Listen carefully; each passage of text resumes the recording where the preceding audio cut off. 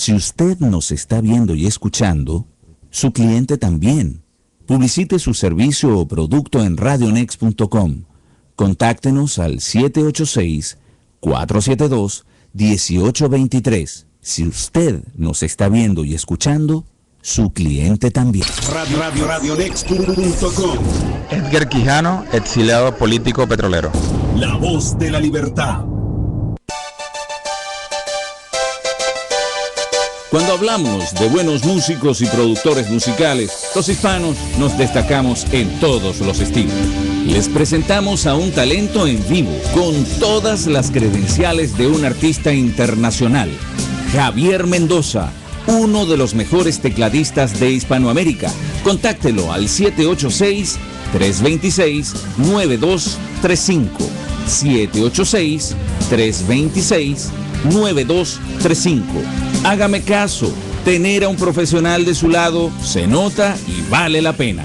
Javier Mendoza, tecladista y productor musical. 786-326-9235.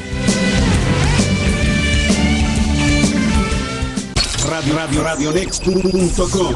Soy Pedro Flores, capitán de la Guardia Nacional de Venezuela, exiliado político en Miami. La voz de la libertad.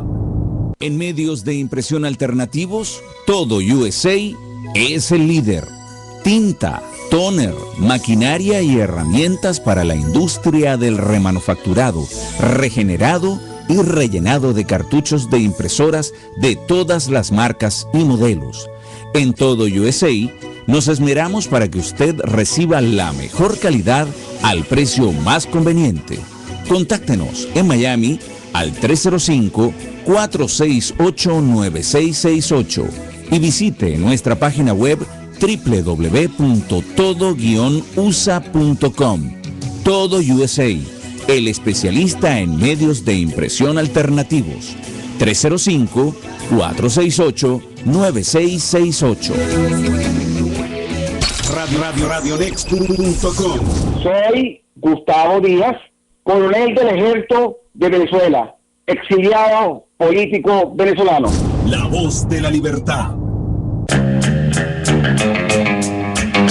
Salsa, merengue, rock, balada, bachata, hip hop, reggaetón, reggae, clásicas, toda la música, más de 50,000 canciones en inglés, español, italiano y todos los idiomas del mundo. Para entretener tus fiestas y reuniones, Karaoke Power, 786-319-0652. Karaoke Power, 786-319-0652. Karaoke Power, 786-319-0652. Atendemos Weston, Miami y Fort Lauderdale. Ama al presidente.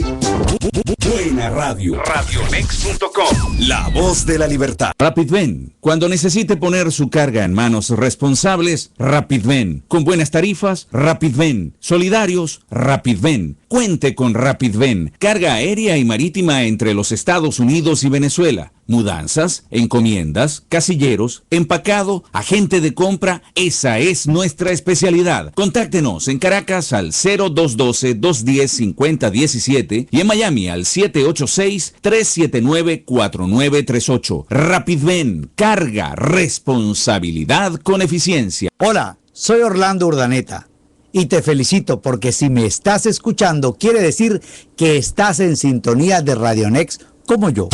Radionext.com. La voz de la libertad. Miami Sound Productions es sonido profesional, iluminación profesional, ambientación, tarimas, pistas de baile, DJs. Miami Sound Productions es la garantía de que tu fiesta o evento será un éxito. Contacta a Javier Contreras al 786-285-6891 y deja tu fiesta en manos de los profesionales. Miami Sound Productions, 786-285-6891. Radionext.com. Soy Yuri López, ex jueza penal y exiliada política venezolana. La voz de la libertad. Usted está en sintonía de radionex.com. La voz de la libertad. Transmitiendo desde el sur de la Florida a todos los confines del mundo. Diciendo la verdad y nada más que la verdad. Queridos amigos de radionex.com, la voz de la libertad, tengan todos ustedes muy buenas noches. Bienvenidos sean a este De Pie y de Frente. Son las 9:07 hora del este de los Estados Unidos. Déjenme adelantarles que esta noche a partir de las 10:30 hora de Miami, es decir, 10 hora de Venezuela, estaremos retransmitiendo para todos ustedes aquí desde Miami, desde esta Radio Nex, el programa especial que tendrá Enrique Capriles Radonsky, candidato de la Unidad Democrática Venezolana, con los periodistas de la democracia venezolana también en Caracas. Eso a partir de las 10 de la noche hora de Venezuela, 10:30 hora de Miami, y nosotros estaremos retransmitiendo ese programa. Esta noche también nosotros aquí en Radio Nex, en este programa, en este De Pie y de Frente, conversaremos con el embajador Milos Alcalay, como todos los jueves, de Brújula Diplomática, y tenemos un invitado especial esta noche, al profesor Antonio Sánchez García, una de esas oportunidades que nos brinda la vida de poder compartir y de poder preguntar y consultarle a un hombre que sabe de este tipo de situaciones porque ya las vivió previamente. El profesor Antonio Sánchez García, todos ustedes lo conocen, todos lo apreciamos, amigo de esta casa, de esta Radio Nex, de procedencia chileno, y que vivió un proceso similar al que en Venezuela ocurre en estos momentos. De tal manera que esta noche tenemos un programa preparado de primera categoría con el embajador Milos Alcalay, y hablaremos con él de la diáspora de los venezolanos, esta diáspora que tendría que empezar a jugar un papel muy activo y muy importante y muy presente en esa Venezuela after, digamos, proceso, por llamarlo de alguna manera. Nosotros estamos con todos ustedes, mis amigos, abrazados, como siempre, presentados, auspiciados, respaldados por nuestros hermanos de la Organización Internacional para los Derechos Humanos de las Américas. Libérenlos ya, por ellos y para ellos, por los presos políticos, por los refugiados, por los exiliados latinoamericanos, por todos quienes tienen sus derechos violentados, violados a manos de regímenes que en definitiva no tienen intenciones de respetar al ser humano per se, sino solamente velar por los intereses de tiranías que vaya usted a saber cuáles son los objetivos finales que tienen. Ya muchos de nosotros los tenemos bastante claros. Nuestros hermanos de la organización Libérenlos Ya, desde Washington, D.C., presidido por la doctora Yuri López, ex jueza penal venezolana y exiliada política aquí en este país, en este Estados Unidos de Norteamérica, tierras de libertad. Libérenlos Ya, Organización Internacional de Derechos Humanos para las Américas, tiene como objetivo fundamental defender jurídicamente en las instancias internacionales los valores de la democracia, la moral y los derechos de todos los hombres y mujeres que habitamos este continente. Visita nuestra página web www.liberenlosya.com o contáctanos y síguenos en nuestra cuenta de Twitter, @libérenlosya_. Libérenlos Ya, Organización Internacional de Derechos Humanos para las Américas. Libérenlos ya, por ellos y para ellos, por nuestros presos políticos, por los presos políticos bolivianos, por los presos políticos cubanos, por los presos políticos venezolanos, por supuesto. En estos días, por cierto, cumplimos ya 2 años con el récord Guinness impuesto por esta estación al programa de radio con un solo tema y por un locutor más largo de la historia, 40 horas y 7 minutos, que continúa vigente en manos de Radio Nex, pues a favor y en honor y en homenaje a los presos políticos venezolanos. Así es que, amigos, 2 años ya y no nos han podido batir. Ojalá Dios quiera este domingo podamos entre todos batir aquella cosa que hay en Venezuela y para la que creo que todos hemos venido luchando. En el caso de nosotros, Radio Nex, de forma abierta, y que ustedes nos conozcan, pues ya 9 años en este trámite. Muchísimos venezolanos importantes. Hoy de hecho tenemos una publicación de una excelentísima columna de uno de ellos, Horacio Medina, quien pues tiene su Twitter @unape, y publicamos su columna del día de hoy. ¿Se cerrará el ciclo en abril? Gran pregunta de Horacio. Pero nos vamos a ir, mis amigos. Déjenme ver que estoy recibiendo cantidad de mensajes. La cosa se está poniendo bien caliente, bien cálida, bien calenturienta, como dicen. Vimos un cierre de campaña, digamos, masivo de calle de Enrique Capriles en Barquisimeto, Estado Lara. Ya iba a decir yo Estado Barquisimeto, ¿vale? Para seguirme burlando un rato.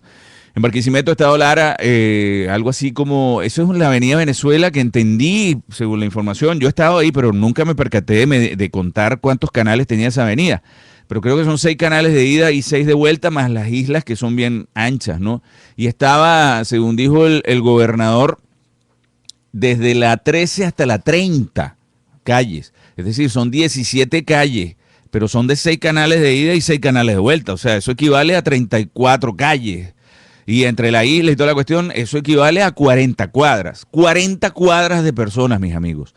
40 cuadras de seres humanos bien apretaditos, porque un gran amigo que tenemos nosotros aquí en Radio Next estaba compartiendo con nosotros la experiencia de estar, vía Twitter por supuesto, de estar participando en esa actividad, y decía que no se podía mover y que iba a guardar el iPhone porque se le podía caer y no lo iba a poder recuperar.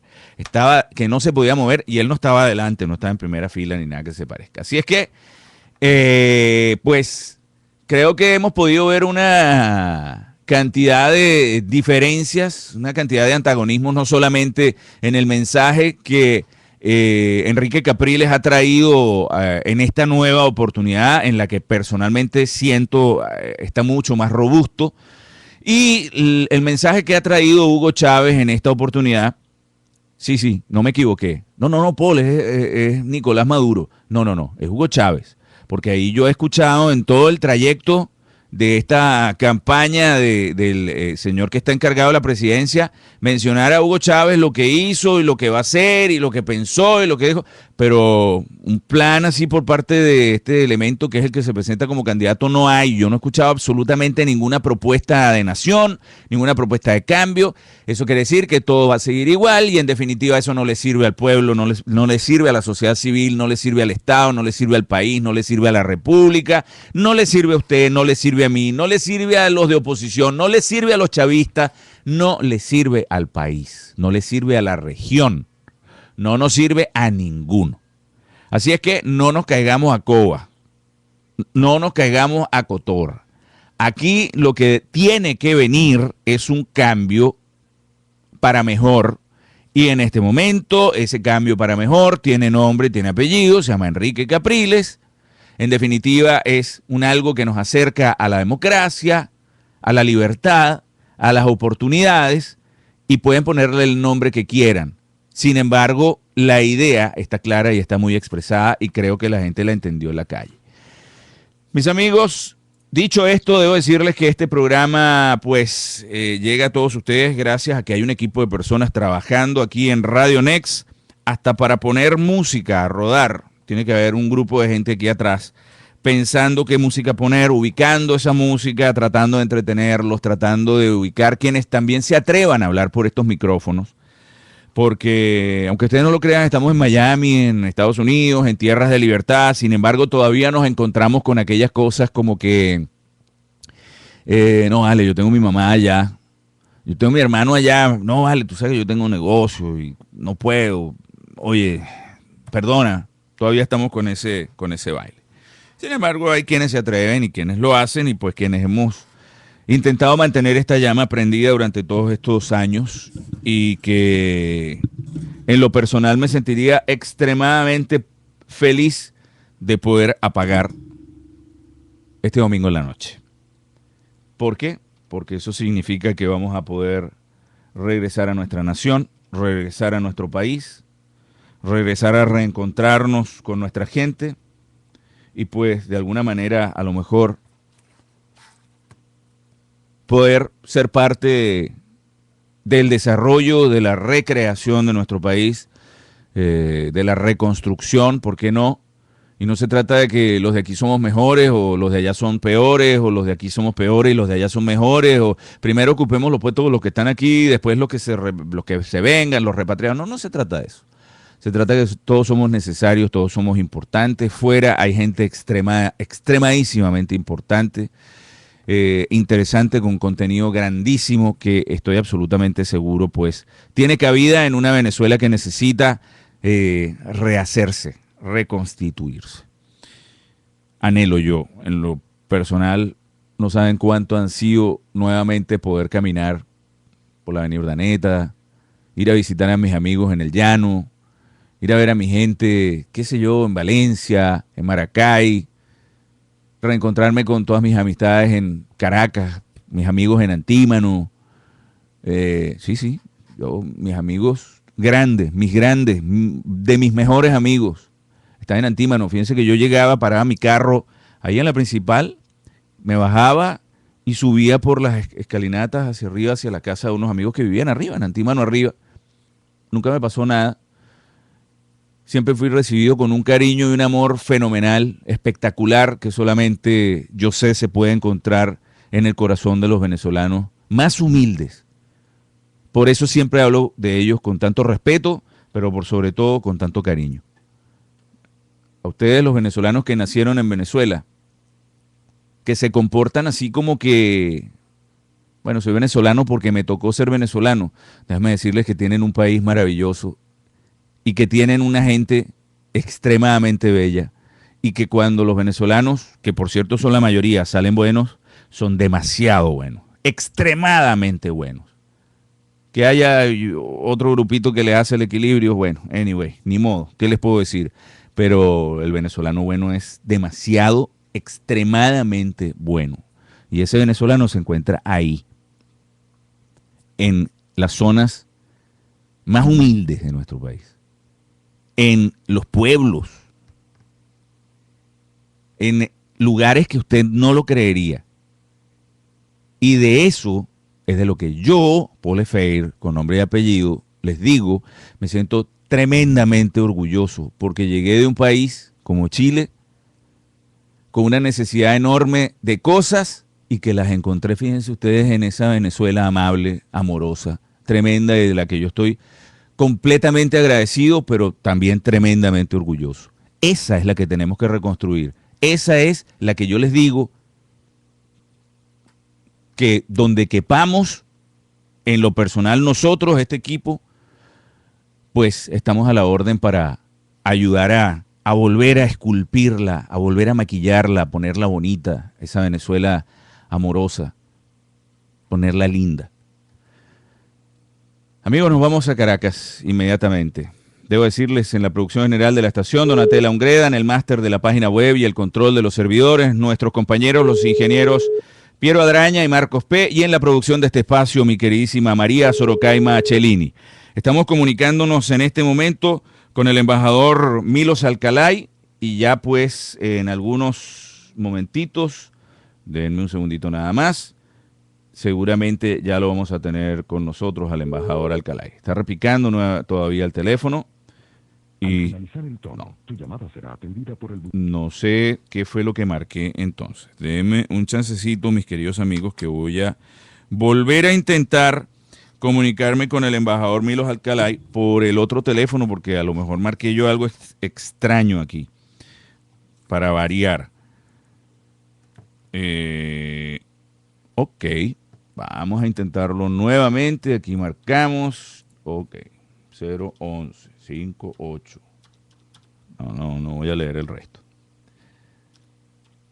A pesar de que debo decirles que el embajador estaría feliz de poder recibir las llamadas de todos ustedes y poder compartir con ustedes, porque hay hombres amables, afables y, por qué no decirlo, dulces en Venezuela, y el embajador Milos Alcalay, que es un caballero, chico, de esas personas de las que tenemos tanto que aprender. Estaba hablando de usted, embajador, en este momento. Estaba diciéndole que nos estábamos comunicando con usted y preparándonos para aprender otra lección de nuestra Venezuela puesta en el mundo. Embajador, buenas noches y bienvenido. Muy buenas buenas noches, Poli. Muy honrado por este generoso comentario. Pero eso es gracias a tu amistad y a toda esa dinámica tan especial que llevas en Radio Nex. Amistad incondicional, embajador. Usted sabe que esta es su casa. Muchas gracias. Debo agradecerle en primer lugar, embajador, el haber sido tan, de verdad tan grande y tan dadivoso para con nosotros y mencionarnos en su columna, en su brújula diplomática, la diáspora venezolana después de las elecciones. Creo que me hable un poquito de eso. Conversábamos en la introducción del programa esta noche sobre una cantidad de venezolanos valiosísimos a los que por alguna razón, ya sea política o ya sea de seguridad inclusive personal, le ha sido negada la posibilidad de participar en el hacer de nuestro país, en el hacer crecer nuestro país. ¿Qué va a pasar con todos esos venezolanos de esa diáspora, hombres valiosísimos, sobre todo, por ejemplo, de la industria petrolera, a pesar de que también hay comunicadores, también hay hasta sacerdotes, padres, curas? Yo no sé si usted se acuerda, un Miquel de Viana, por ejemplo, que fue obligado prácticamente a salir del país y era un gran actor en pro de la democracia de nuestro país. ¿Qué va a pasar con todos estos venezolanos el 15? Bueno, mira, yo comenzaría señalando la razón de este artículo. Estuve invitado a dar unas charlas en Panamá y pude ver en Panamá lo que sucede en todas las capitales hoy del mundo. Un grupo de venezolanos reunidos en torno a un periódico, El Venezolano, que hay varios allá mismo en Miami, tienen un periódico en Houston, en varias partes, pero no solamente ese periódico, sino pude ver una serie de venezolanos que han estado organizados en los medios de comunicación social, en la actividad de reunir y de convocar la defensa, protección de los intereses de los venezolanos. Y hice un comentario sobre esta nueva realidad que está viviendo la diáspora venezolana, que está viviendo. Hoy, por ejemplo, me entrevistaba a la Radio Francia Internacional, y decía que lamentablemente la enorme contradicción que mientras nosotros estamos importando, entre comillas, 20.000 médicos cubanos, hay miles de médicos venezolanos que han tenido que emigrar. Allí mismo en Miami yo tengo grandes amigos, extraordinarios médicos que están trabajando en las mejores clínicas y en las mejores universidades, pero los hay en diversos países del mundo. Y lo mismo, expulsamos a 20.000, o este gobierno expulsa a 20.000 técnicos petroleros, y vemos cómo no solamente en Canadá, en Estados Unidos, en Brasil, en Petrobras trabajan, sino que también lo están haciendo en Qatar, en Kuwait, en los Emiratos. Es decir, hay una presencia de una Venezuela de la emigración, que ha tenido también muchos de ellos sus dificultades, pero que están muy pendientes de lo que va a suceder aquí el 14 de abril. Y ahí vengo entonces la segunda parte de la pregunta. Bueno, cuando hacía este artículo sobre Panamá, decía, yo tengo que reflejar esta experiencia, aunque sea muy modestamente, porque no hay mucho espacio, y reconocer el trabajo que está haciendo Radio Nex, reconocer el trabajo que se está haciendo en diversos otros países, en donde se mantiene la venezolanidad, el sentido de patria, el sentido de nación que el gobierno durante estos últimos 14 años ha querido destruir. Es un gobierno que ha cambiado la bandera, es un gobierno que ha cambiado el escudo, es un gobierno que ha cambiado el nombre de nuestra patria, es un gobierno que ha cambiado la imagen de Bolívar, es un gobierno que divide al país en apátridas, los que no están con el chavismo, y el amor hacia todos sus seguidores. Es decir, un poco como Corea del Norte y Corea del Sur, República Democrática Alemana y República Federal Alemana. Es decir, una Venezuela en la cual la diáspora venezolana tiene un papel fundamental que jugar. 15 de abril, más importante el 15 de abril que el 14 de abril. 14 de abril son las elecciones. Yo no tengo duda de que Capriles hoy es mayoría. No tengo duda. Cuando uno va a la calle, cuando uno va al sentimiento, uno está convencido. Pero igual no tengo duda que la simetría electoral, que este no es un proceso electoral, este es un proceso de un régimen autoritario, militarizado y totalitario. Y entonces, claro, por eso es que a mí me parece que ha sido tan importante el discurso de Capriles, el Capriles II, que yo llamo el Capriles II, el Capriles de esta jornada, de denunciar estos atropellos del Consejo Nacional Electoral. Es decir, el 15 tendremos que cobrar ese triunfo, como muy bien ha señalado, el triunfo es el que el elector le va a dar, pero allí viene entonces toda esa fase de reconstrucción de una Venezuela unida y el papel de la diáspora después de las elecciones. Qué importante esa fuga de cerebros, esos talentos que han tenido que emigrar, muchos de ellos por estar en listas Tascón, o muchos de ellos porque están buscando rumbos que no encuentran en el país por la cuestión ideológica. Muchos de ellos van a regresar para reconstruir esa Venezuela, que no será fácil, será un camino, ha sido muy fácil, mucho más fácil destruir que lo que nos va a tocar armar. Pero allí la diáspora tendrá un papel fundamental. Embajador, a nivel internacional, ¿cómo se ve este proceso del día domingo en Venezuela? ¿Cómo lo ven los países? ¿Cómo lo ven los mandatarios? Tanto los de centro izquierda como los de centro derecha, pero me refiero a los demócratas, no tomando en cuenta lo que diga Cuba o lo que digan estos países que en este momento maman de esta Venezuela que no está alimentando a los suyos por alimentar a los demás. ¿Cómo se ve en el mundo este proceso o este procedimiento del día domingo? Sí, yo diría que a diferencia de todas las elecciones anteriores, durante estos 14 años, donde hemos tenido a veces más de una elección por año, en esta ocasión hemos visto la expresión de solidaridades muy claras de mandatarios, exmandatarios y altas personalidades, medios de comunicación social en relación a Venezuela. Y la razón fundamental es porque el candidato presidencial, por primera vez en estas acciones, ha sido de una claridad meridiana, al destacar que este no es un problema electoral, sino un problema político, y denunció con claridad toda la simetría del poder electoral. Entonces, claro, antes cuando tratábamos de hacer una oposición mucho más moderada, mucho más caballerosa, mucho más, es decir, era el gobierno el que insultaba, el que injuriaba, el que confrontaba a la oposición. Hoy en día el hecho de la forma valiente como la Mesa de Unidad Democrática ha venido planteando algunos de los temas, ha hecho también que la solidaridad se multiplicara. Ahí hay un documento que han firmado varios jefes de Estado en relación a la exigencia de que haya una claridad en el proceso electoral. Han habido declaraciones muy contundentes de 300 personalidades muy destacadas motorizadas por la red latinoamericana. Han habido un grupo en UNOAmérica que ha llevado parlamentarios de todo el continente a solidarizarse con el proceso venezolano, medios de comunicación social. El presidente del Partido Popular Europeo, Wilfried Martens, acaba de dar un documento muy claro y contundente denunciando la situación de ventajismo que tiene el gobierno. Hay un grupo de eurodiputados que han llegado, parlamentarios de toda América Latina. Es decir, no es que antes no hubiera habido una solidaridad, sino que nunca como ahora hemos visto cómo la comunidad internacional está pendiente de lo que pasa. Pero, lo que también siempre hemos hablado en tu programa, ellos no nos van a sacar la castaña del fuego.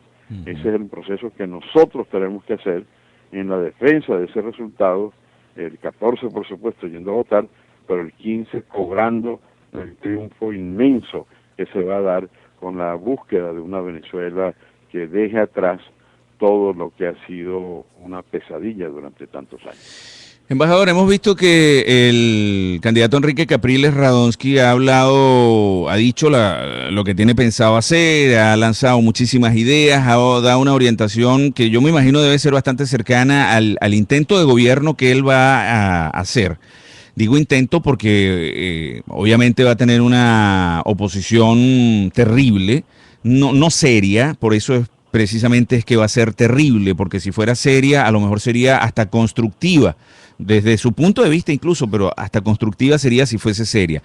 Va a tener un juego perverso de ingobernabilidad seguramente por parte de estos elementos. ¿Por qué? ¿Por qué lo digo? Porque a diferencia de ellos que no le dan cabida digamos, a una oposición que quiere participar y que quiere aportar, esta oposición actual que representa a Enrique Capriles, que podría entrar al gobierno a partir del día lunes, sí le da la oportunidad a todos los factores de pensamiento de participar y de aportar. No van a ser vetados, censurados, castigados, perseguidos, según decía el mismo Enrique Capriles Radonsky. Ahora, ¿cómo ve usted en la supuesta, ojalá Dios quiera, buena oportunidad de llegada de Enrique Capriles al poder? ¿Cómo ve usted el arranque, el inicio, la partida? A mí hay una palabra que me preocupa mucho, que yo creo que se la pregunté la semana pasada, y es la impunidad. En este momento, la impunidad que los actores del régimen involucrados en cosas malas necesitan, la proveería o la garantizaría Maduro y no Capriles. ¿Cómo ve usted ese arranque de ese gobierno? Bueno, yo diría que la palabra clave ahí es la transición, lo que tú señalabas, transición. Pero es una transición difícil, sumamente difícil, no solamente en el caso que gane, o sea, que se reconozca el triunfo de Capriles, sino también si se impone el triunfo de Maduro. Te voy a decir por qué. Hemos visto la inseguridad de un Maduro que una y otra vez en los mítines para el mitin para demostrar la película en donde Chávez lo nombra a él su sucesor. Es la inseguridad que él tiene, porque él sabe que va a tener que iniciar un proceso de transición dentro del mismo chavismo. No digo ya en el diálogo de un acuerdo nacional, sino que el Pacto de La Habana te ha generado allí múltiples actores que son parte del poder. Un hecho nuevo, porque en la época de Chávez, durante los 14 años, era una relación piramidal. Él le decía a los militares qué es lo que hay que hacer, los subía y los bajaba, a los empresarios bolivarianos también, a la izquierda de todo tipo, lo que tenían que hacer. Es decir, ahí no había diálogo, pero no había tampoco contestación, porque era el líder máximo. Y hay que reconocer que Chávez tenía una gran habilidad, un encantador de serpientes, de poder, dentro de sus contradicciones, manejar sin diálogo esta situación. Maduro no es Chávez, y basta con ver un discurso tan fofo, tan blando, tan superficial. Y él va a tener entonces que dialogar, pero ¿cómo va a dialogar una fuerza que no está acostumbrada a dialogar? No es que no dialoga con oposición, sino que no hay un diálogo interno. Y ahí es, si él hoy apareció de una forma ridícula mostrando un cuadro que mandó a hacer de cómo se vería Maduro con la banda presidencial, ¿no? No sé si tú viste allá en Miami. Bueno, entonces él ya está soñando en la banda presidencial, pero sí, el día que él asuma la presidencia y que Diosdado Cabello le diga, mira, aquí hay que hacer esto, y yo diga, aquí el presidente soy yo, o que los boliburgueses le digan tal cosa, o que los militares le digan tal otra, ahí va a comenzar una transición sumamente difícil, y además se ha barrido tanto debajo de la alfombra que los problemas económicos, sociales, políticos que uno ve en esa indignación permanente de chavistas que protestan que no le han dado lo que le han ofrecido, le va a tocar una transición difícil. Ahora, eso es del lado de Maduro.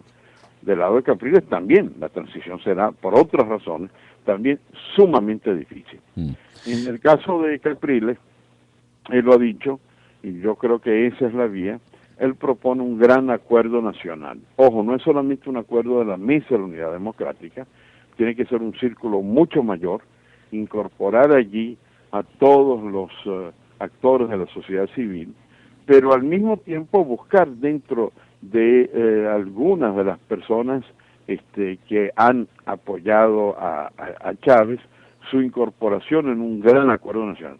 Pero eso viene la otra pregunta, lo que tú dices, pero eso no a costa de la impunidad. Allí habrá que aplicar no la venganza, no la vendetta pública, no es ahora que se acabó el chavismo, vamos a un neochavismo de persecución similar, pero ahora soy yo el que persigue, no. Es decir, vamos a eliminar 14 años de terror y de horror para hacer ahora nosotros los que hacemos el horror, no, la justicia. Y la justicia implica evidentemente el trabajo de reconstruir todo lo que es el Estado como tal y de no dejar pasar la serie de barbaridades que se han hecho desde la corrupción hasta el manejo de las formas más increíbles de aniquilación de lo que es el acervo de la venezolanidad. De manera que esa va a ser una transición difícil y tendrá que buscar a los mejores hombres. Eso no es de nuevo, y a mí me preocupa un poco, pero quiero decir, el que no vaya a también Capriles a gozar del presidencialismo, porque ese presidencialismo que puede afectar a Maduro, puede afectar a Capriles. No es Capriles, sino que es el equipo de personas, no excluir la participación de sectores importantes, no decir, bueno, nosotros el cogollito somos los que vamos a mandar, no. Es decir, tiene que buscar un mecanismo de participación, porque hay talentos y hay críticas también a cosas que se pueden hacer. Allí radicará el arte de Capriles ganador para sumar todas las corrientes, y que es la mejor forma de resolver estos graves problemas que están allí, pero que no es un presidente que lo va a hacer, sino que es un grupo de hombres y mujeres de los más diversos niveles que van a acompañarlo en esa transición. Embajador, le quiero hacer una pregunta que a lo mejor le va a sonar ya como que, bueno, tarde me hiciste la pregunta, tuviste 14 años para hacerla y sin embargo la vienes a hacer ahora. Pero bueno, es básicamente como para poder ir ordenando las ideas y aprendiendo, porque a partir de unos días más, si Dios quiere, vamos a tener que empezar a escribir la verdadera historia. La verdadera historia, lo que realmente ocurrió, lo que verdaderamente pasó, para tratar de no repetir lo malo. ¿Por qué, embajador, Chávez, Maduro y ese equipo de estos 14 años, por qué le sacaron la comida de la boca a los venezolanos para dársela a Cuba y a otros países? Sin embargo, Ecuador, que también cacareaba una tendencia similar, no hizo eso. El presidente de Ecuador no le sacó la comida a los ecuatorianos de la boca. El presidente de Nicaragua tampoco. El presidente de Uruguay tampoco. El mismo presidente Evo Morales de Bolivia tampoco. Los presidentes de Brasil tampoco. De hecho, Brasil es un ejemplo maravilloso porque eliminó, vaya usted a saber, una cantidad de decenas de millones de pobres que los trajo a una situación más decente. ¿Por qué Venezuela tuvo que sacarle, por qué estos elementos tuvieron que sacarle la salud, el alimento, el cobijo a los venezolanos? Sí, es una pregunta muy muy importante. Yo tengo la impresión, por supuesto, no quiero pecar un poco de ser la única interpretación. Chávez, cuando plantea en 1998 el cambio en democracia, efectivamente él tuvo el olfato político de interpretar el signo de los tiempos. Él se dio cuenta que el mundo iba hacia, bueno, lo que ha sido las metas del milenio: la lucha contra la pobreza, la erradicación del hambre, la búsqueda de viviendas para los que no tienen, de salud para los más pobres. Es un poco el mismo signo que el Papa su santidad el Papa Francisco ha llevado, la opción preferencial hacia los pobres. Es decir, él entendió que el mundo estaba en un camino en el cual también Venezuela está. No es Venezuela el que, como dicen los chavistas, proyectó el modelo mundial, sino que el modelo mundial él supo interpretarlo y llevarlo. Pero lamentablemente ese cambio en democracia no entendió que también al lado de eso tenía que ser todo el mundo de las libertades, el mundo de los derechos humanos, el mundo de la democracia, del pluralismo, etcétera. Y se fue radicalizando, pero en esa radicalización, en vez de hacer el modelo ecuatoriano, de buscar a los mejores hombres y mujeres que inicialmente tenía esa visión, buscó a los incondicionales, la incondicionalidad. Entonces, lo importante era hacer buena conducta. Maduro, ¿por qué es candidato? Porque es buena conducta. Lo que usted diga, mi comandante Andrés. Y todavía en la campaña es eso. Entonces, no es alguien que diga, bueno, tú tienes ahí ministros que son polivalentes. Eres ministro de Agricultura, de ahí pasas a ser canciller, de ahí pasas a ser ministro del Interior, de ahí pasas a ser vicepresidente, de ahí pasas a ser ministro de Ciencia. O sea, ¿cómo es posible que tú tengas en una sola persona la designación de carteras tan disímiles la una de la otra, claro, por el hecho de la incondicionalidad? Entonces, la militarización también ha sido otro de los errores. Los militares son muy buenos para hacer su labor de defensa de la soberanía, pero tú vas a poner a un militar en una actividad fuera de su campo de competencia y va a ser un fracaso. Es como si tú a mí me nombraras a ser un comandante de un batallón. Bueno, yo pongo la torta, trataré de buscar cómo hacerlo bien, pero no estoy preparado para eso. Entonces, yo diría que en el caso de eso, claro, tú miras, pero eso no justifica la regaladera, y eso no justifica el que Venezuela ya tiene. Bueno, como los profesionales, los técnicos, los petroleros, los periodistas estaban del lado de la oposición, esos son apátridas. Es mucho más fácil, en vez de buscar un empresario venezolano, buscar un empresario brasileño. En vez de buscar a un médico venezolano, yo busco un médico cubano. En vez de buscar a un ingeniero de Venezuela, busco uno bielorruso. Y entonces esa tendencia, junto a la megalomanía, junto al querer proyectar, hizo que la búsqueda de acciones fueran precisamente para retribuir a profesionales de otros países lo que podríamos haber hecho. De nuevo, el ejemplo tuyo es muy bueno, lo que ha hecho Correa con sus propios ecuatorianos, ¿no? Venezolanos los hay, eso sí, no los más calificados estén identificados con el gobierno, pero lo importante es, y ahí es donde yo creo que fue el grave error, mezclaron la visión de Estado con la visión de partido de gobierno. O sea, se quiso, y bueno, basta con ver los nombramientos, últimos nombramientos de la Cancillería venezolana, los nuevos directores que salieron en la Gaceta reciente, bueno, donde tú ves una serie de incondicionales de Jagua, que han estado en la vicepresidencia, traslada los que han estado en la vicepresidencia o los que han estado bajo su control en el campo agrícola, el presidente del Banco Agrícola, que por cierto la misma Correa les tira mucho a ese personaje, o trae a Titina Azuaje, que fue ministro de Turismo y que dependía de la vicepresidenta, la pone como directora de protocolo, y trae, es decir, vuelve a utilizar la incondicionalidad de una serie de directivos que estaban con él, sea en el tema agrícola o sea en el tema de la vicepresidencia, y entonces ya sabemos cuál va a ser el efecto, es decir, cuáles van a ser los frutos de esa acción. Bueno, en síntesis, creo que esa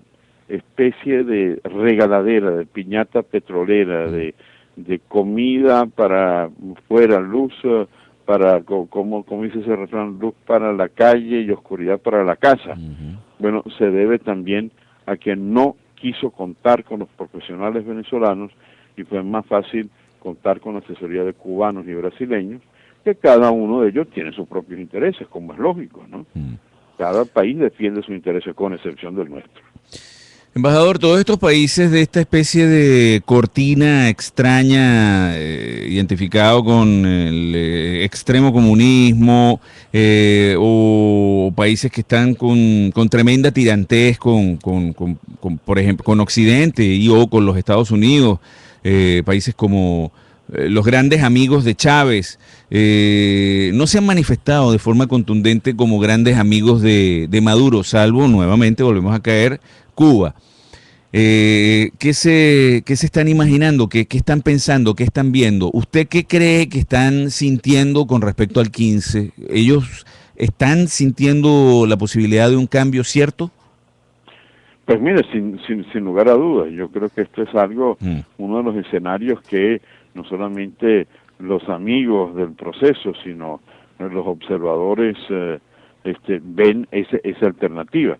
Pero ese distanciamiento, hoy me entrevistaba un periodista japonés sobre este tema, y yo veía que esta alianza del ALBA, por ejemplo, se parece un poco a lo que fue el Pacto de Varsovia. No sé si tú recuerdas, en la época de la Guerra Fría, sí, cómo no, la Unión Soviética había hecho un ALBA del socialismo del siglo XX, que era el Pacto de Varsovia, que si bien originalmente era militar, paulatinamente fue la Unión Soviética utilizándolo como un mecanismo económico, político, institucional, ¿no? Cuando cayó el muro de Berlín y cuando comenzaron a colapsar los regímenes comunistas, el Pacto de Varsovia dejó de tener efecto, como es lógico. Muerto el perro, muertas las armas. Entonces yo tengo la impresión de que en el caso de esas alianzas de la izquierda latinoamericana, no solamente de los gobiernos, sino en términos generales de los movimientos financiados, porque la diplomacia de Estado no es de Estado, sino que es una diplomacia de partido, ya comienzan a ver las dificultades de algo parecido al Pacto de Varsovia, el fin del ALBA. El fin del ALBA, porque entre otras cosas, buena parte del financiamiento provenía del Paganini principal, que es Venezuela.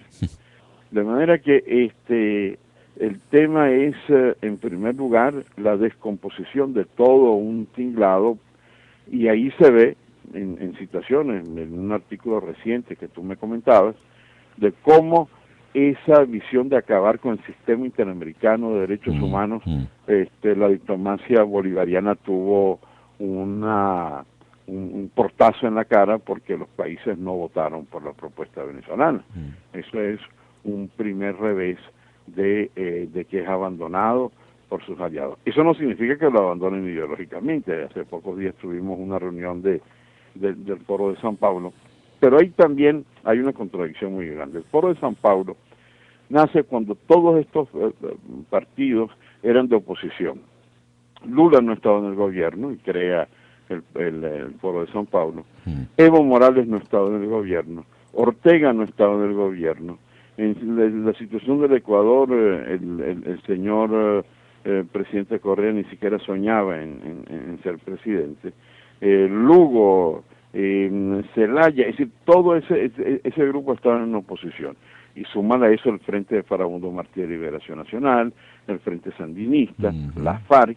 Entonces, claro, era muy fácil tener un mensaje de izquierda en el Foro de San Pablo, con una estrategia muy manejada por Cuba. ¿Qué sucede? Bueno, esos países llegan al poder. El PT llega en el poder en Brasil, Mujica llega en Uruguay, una tendencia peronista pero muy identificada con esta corriente llega a través de Kirchner. Lo mismo sucede. Entonces, en ese caso hay dos visiones. Una es la diplomacia de Estado de esos países. Cuando uno ve al presidente Mujica, que es mucho más de izquierda que Maduro, ¿no? Pero lo hace como un estadista, sus posiciones. O cuando uno ve a Dilma Rousseff, que es mucho más de izquierda que todos estos, una mujer muy comprometida en una época de lucha contra la dictadura, pero es una estadista que tiene en cuenta el equilibrio. O sea que el único país que cumple como gobierno las medidas cabeza-calientes que tenían estos movimientos cuando no eran gobierno es Venezuela la que lo cumple. Pero entra en contradicción con lo que debe ser un Estado serio. Ay, embajador, bueno, quiero agradecerle por habernos acompañado esta noche. Quisiera pedirle su autorización a ver si lo podemos contactar el domingo en el transcurso de la tarde para ir más o menos testeando qué es lo que está ocurriendo en el país. Claro que sí, vamos a tratar de vernos a través del celular, ¿no? Claro. Porque ahí estaré un poco rodando, viendo un poco cómo se va a dar ese día. Y quizá lo que quisiera es, terminar con una nota de optimismo. Primero, un saludo muy especial a todos los amigos de Radionex que están en Miami y que una vez más, ante la grosería de un gobierno que trata de penalizarlo, han tomado la decisión muchos de ese sacrificio de ir hasta New Orleans para votar. Mucho ánimo y los miramos con admiración en Venezuela. En segundo lugar, ese papel de la diáspora venezolana del día 15 de abril lo valoramos y esperamos que vamos a iniciar un proceso difícil, pero un proceso de esperanza, de fe y de retorno a los grandes valores que siempre han marcado el gentilicio venezolano. Embajador, ¿usted cree que tengamos una oportunidad cierta en esta ocasión, que a pesar de el comando, la necesidad de la necesidad de impunidad y del férreo comando que estas cuatro damas que llevan adelante las decisiones en el país tienen, porque tienen un poder muy fuerte en sus manos? Me refiero a la señora del Consejo Nacional Electoral, a la señora que es la Contralora, la señora que es la presidenta del Tribunal Supremo de Justicia y la fiscal general. ¿Usted cree que sí tengamos una oportunidad cierta y que ganando Capriles no nos digan que ganó Maduro?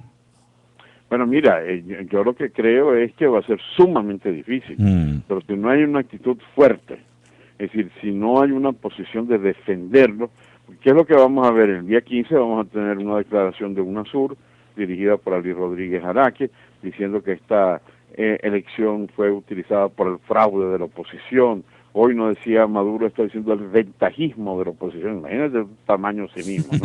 Vendrán los cancilleres del ALBA para decir que eso un golpe del imperio y que Maduro seguirá siendo presidente y vendrán después del ALBA los de UNASUR.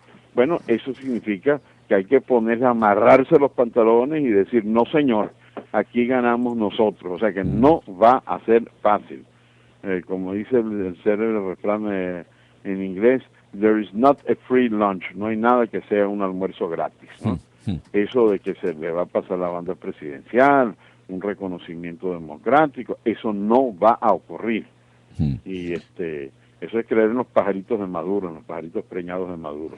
Ahora, va a depender de nosotros en la defensa del voto. Ahí hubo algunos casos de la Constitución. La Constitución la perdió Chávez y no quería reconocerlo, y hubo una imposición para que la reconozca. Algo parecido debe ocurrir, pero no sentado.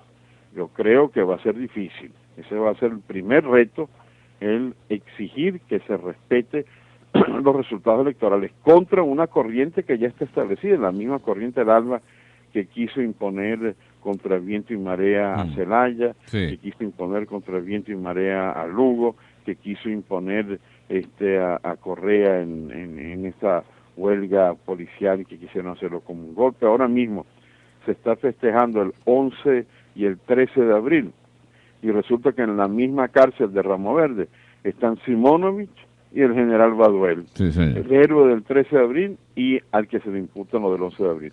Lo que demuestra que este es un gobierno con una ambición de poder desmedido, pero ahí están.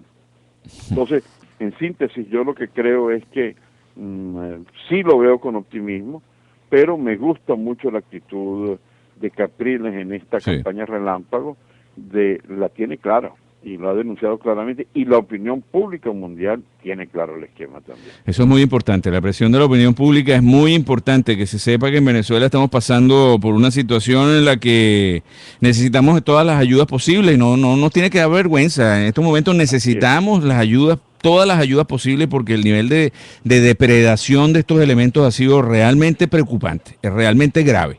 Embajador, y la ha habido estos días, ha habido unas claras indicaciones.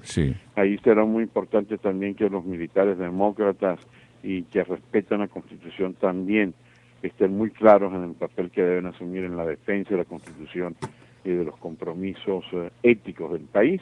Y bueno, el liderazgo, asumir el papel que le corresponderá a partir del 15.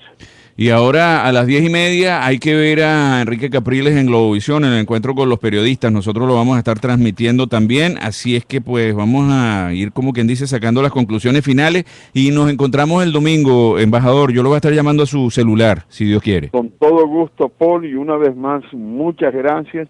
Y un abrazo especial a toda la radio. Gracias a usted, cuídese mucho, por favor, y nos encontramos el domingo. Y nuevamente, muchísimas gracias por tomarnos en cuenta en su columna, embajador. De verdad que nos hace un inmenso honor. Muy merecido. Muy amable. Muy buenas noches. Mis queridos amigos, la voz del embajador Milos Alcalay en su brújula diplomática, y pues nosotros nos vamos inmediatamente a Caracas. Vamos nuevamente. Parece que por ahí había una orden de Maduro,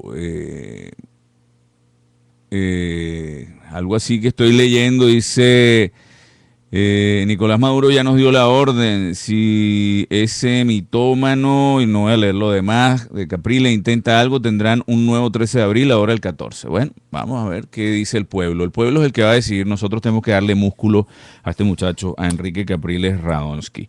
Lanzan bomba lacrimógena en aula magna durante monólogo de Norquis Batista. Esta vez fue en el aula magna de la Universidad Central, estaba presentando su monólogo Orgasmos, y pues lanzaron una bomba lacrimógena, y ahí hay fotografías del evento, están en Twitter, lo publicó hace algunos minutos La Patilla, y a nosotros nos llegó a través de nuestro @Adri, que nos envía: última hora, lanzan bomba lacrimógena en el aula magna durante monólogo de Norquis Batista. Mis amigos, faltan 4 minutos para las 10 de la noche, hora del este de los Estados Unidos, es decir, son las 9:26 hora de Caracas, y vamos a conectarnos inmediatamente, vamos a contactar al profesor Antonio Sánchez García, pues quiero no perderme la oportunidad de conversar esta media hora siguiente con él para luego conectarnos con Globovisión para retransmitir el encuentro de Enrique Capriles Radonsky con los periodistas democráticos en Venezuela. Los periodistas demócratas. Por cierto, hablando de periodistas demócratas, vamos a estar también el domingo conectados con la gente del Colegio Nacional de Periodistas en Venezuela, haciendo un trabajo de transmisión y de comunicación directo con la licenciada de Cambra. Estaremos conversando el domingo para saber todo lo que está ocurriendo en Caracas, en Venezuela. Y ya tenemos con nosotros, vía telefónica desde Venezuela, al profesor Antonio Sánchez García. Profesor Sánchez, muy buenas noches, bienvenido. Muy buenas noches, encantado de saludarte y, por supuesto, como siempre, a tus órdenes. Profesor, usted no sabe el inmenso honor que nos regala en acompañarnos estos minutos. A las 10:30 de la noche, hora de Miami, 10 hora de Venezuela, vamos a conectarnos también con Globovisión porque los periodistas del ala, por llamarlo de alguna manera, democrática venezolana, van a tener un encuentro, como quien dice, final con el candidato Enrique Capriles. Pero nosotros, previo a esto, hemos querido conversar con usted, profesor Sánchez, en primer lugar, por ese bagaje inmenso de conocimiento a nivel latinoamericano que usted tiene y que nosotros queremos comprender. ¿Por qué le digo esto, profesor? Junto con darle la más cordial de las bienvenidas y nuevamente el agradecimiento por acompañarnos. Yo quisiera que usted nos describa este momento específico de Venezuela, ¿a qué se asimila? ¿A qué se parece? ¿A los momentos o los tiempos finales de un Salvador Allende o a los momentos y tiempos finales, me refiero de gobierno, de un Augusto Pinochet? ¿Dónde está parada Venezuela en este momento, profesor? Bueno, mira, toda comparación es odiosa, resulta muy odiosa, a lo que yo agregaría que cada historia es inédita y en este caso muy particular, muy sui generis, porque verdaderamente lo que sucede en Venezuela no tiene, en primer lugar, nada que ver con lo que sucedió en Chile, porque ni Chávez era Allende, ni tampoco fue Pinochet. No era Allende, que era un hombre, un tribuno, un político más bien tradicional, un hombre que yo creo que traicionó de alguna manera su perfil democrático por una ambición política ante las circunstancias. Se vio un poco obligado por la circunstancia, por empujar un proceso revolucionario para el que no estaba capacitado. Un caso clásico que se dio con él fue que preocupadísimo por la falta de efectivo, de dinero en las arcas fiscales, se fue a Moscú a pedir un crédito por $100 millones y Moscú se lo negó. Y el argumento que esgrimió Moscú para negarle ese préstamo fue que Allende no era un revolucionario, era un iluso, un ingenuo, un clásico tribuno democrático, parlamentarista, de manera que se vio de alguna manera enredado en una situación histórica que le fue completamente ajena hasta terminar en la soledad más absoluta, arrinconado por las fuerzas que empujaban hacia un desenlace revolucionario, extremista, muy favorecidos ellos por la influencia de Fidel Castro, que llegó a Chile y terminó con todo. De manera que Allende no tenía nada que ver con Hugo Chávez. Hugo Chávez tampoco tenía nada que ver con Pinochet, que era un militar profesional de altísima graduación, de altísima formación, un hombre que había llegado al cargo que ocupaba no por casualidad, sino porque era un gran estratega, un hombre muy preparado y que servía en un ejército extraordinariamente disciplinado y en ese sentido muy vertical y muy constitucionalista, de manera que Pinochet, cuando toma el poder que es la dictadura, lo que hace es asumir una responsabilidad que le delegan el Parlamento y la Corte Suprema de Justicia. Ambos dos declaran ilegales las acciones que realiza Allende y legitiman una salida de fuerza. En ese sentido, Pinochet es un dictador comisariado, es decir, delegado a esa función mientras se resolvía la grave crisis existencial que la incapacidad de Allende y las fuerzas populares empujadas por el castrismo habían acelerado. Una vez que Pinochet, al cabo de 15, 16 años, ha resuelto los problemas cruciales de la crisis existencial que se ha desatado en Chile, se convierte él mismo en un estorbo y provoca, de hecho, un cambio. Ya el país estaba enrumbado social, política, económicamente, hacia un regreso a una estabilidad a la que el propio Pinochet constituía un estorbo. Lo que sí es evidente es que en Chile se vivió una crisis existencial que también se vive en Venezuela.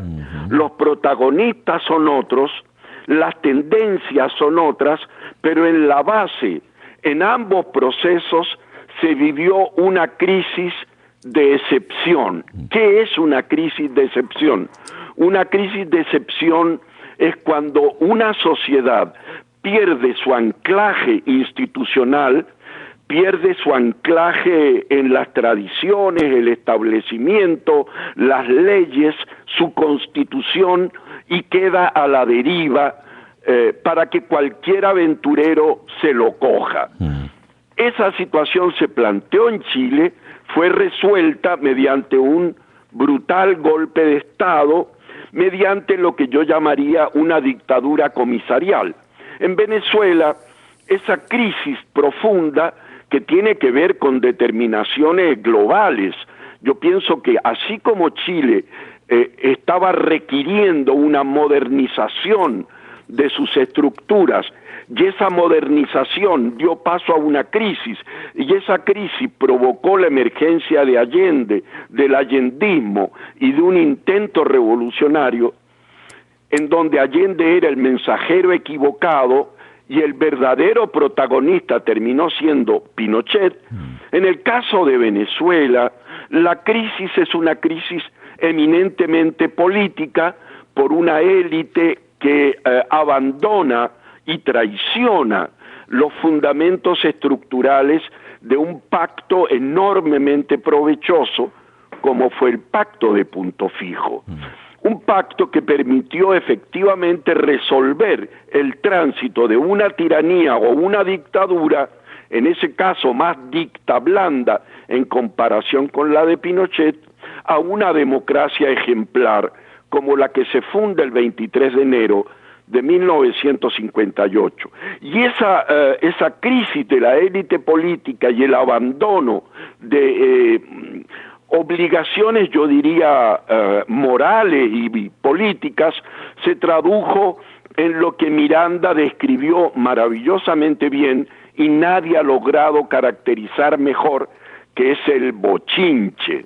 Es decir, la irresponsabilidad colectiva, la bacanal política que convierte a un país en golpista sin tener clara conciencia de las consecuencias de ese carnaval, de esa bacanal, como sucedió efectivamente con el golpe de Estado y luego, algo terrible, la traición de Rafael Caldera respecto del pacto de Punto Fijo, el descrédito de la clase política, la pérdida de sentido de responsabilidad de Estado de los dirigentes de Acción Democrática y de COPEI, y la reacción, yo diría, de una suerte de ultraderecha mercantilista que no podía permitir lo que Carlos Andrés Pérez intentó en su momento, que fue modernizar, descentralizar y liberalizar la sociedad venezolana y la economía venezolana. Eso provocó el terror de toda esa clase que ha vivido del mercantilismo, o dicho de otra manera, de la teta del Estado.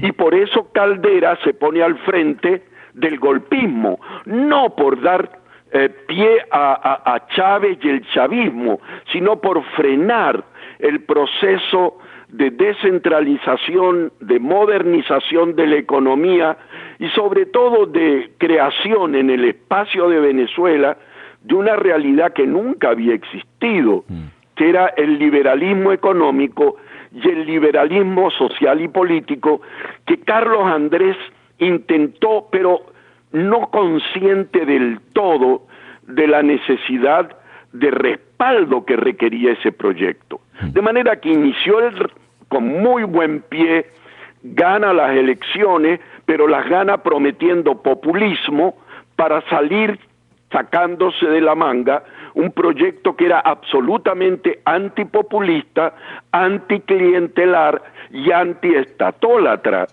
Precisamente las tres claves del comportamiento al que están habituados los venezolanos. Resultado fue que se encontró con que se le dio vuelta la tortilla, Acción Democrática lo abandonó, COPEI lo abandonó, los sectores empresariales, banqueros y mediáticos lo abandonaron porque nadie quería probar suerte con una auténtica revolución de verdad en la sociedad venezolana.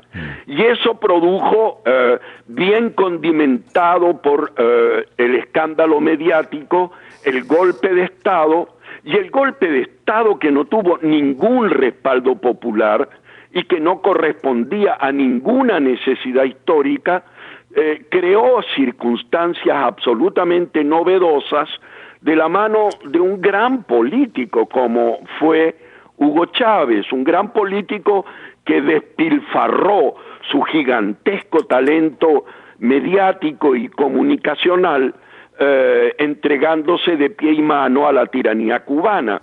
De manera que esta situación que vivimos tiene que ver con la de Chile, pero tampoco tiene que ver. Ni estamos al final de Allende, ni tenemos unas fuerzas armadas con un Pinochet a la cabeza, y tampoco estamos al final de Pinochet con una sociedad recompuesta, con una sociedad resuelta en sus problemas estructurales y una clase política responsable, capaz de comprender con grandeza que la unidad patriótica de todas esas fuerzas era esencial para, inclusive con esas propias fuerzas armadas, lograr el gran avance que ya se había iniciado alrededor del año 75 en Chile, con un dramático aumento del Producto Interno Bruto. ¿Qué significa esto en síntesis? En síntesis significa que estamos viviendo, yo diría, los últimos estertores de una grave crisis de excepción que se agudiza por la muerte de la única figura que le daba legitimidad, densidad y estructura a este bochinche que es Hugo Chávez, del que yo no sé, y créeme realmente que no lo sé, si murió en buena o en mala lid, es decir, si fue llevado a la muerte porque no satisfacía plenamente las necesidades de Raúl Castro.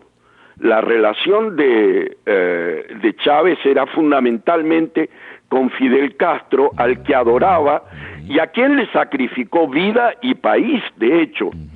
Fidel Castro nombra como su sucesor, como a la cabeza de la revolución del tercer mundo, a Hugo Chávez, con lo cual pasa a llevar por encima y por delante a Raúl Castro, su hermano, cosa que a Raúl Castro no le habrá gustado absolutamente nada.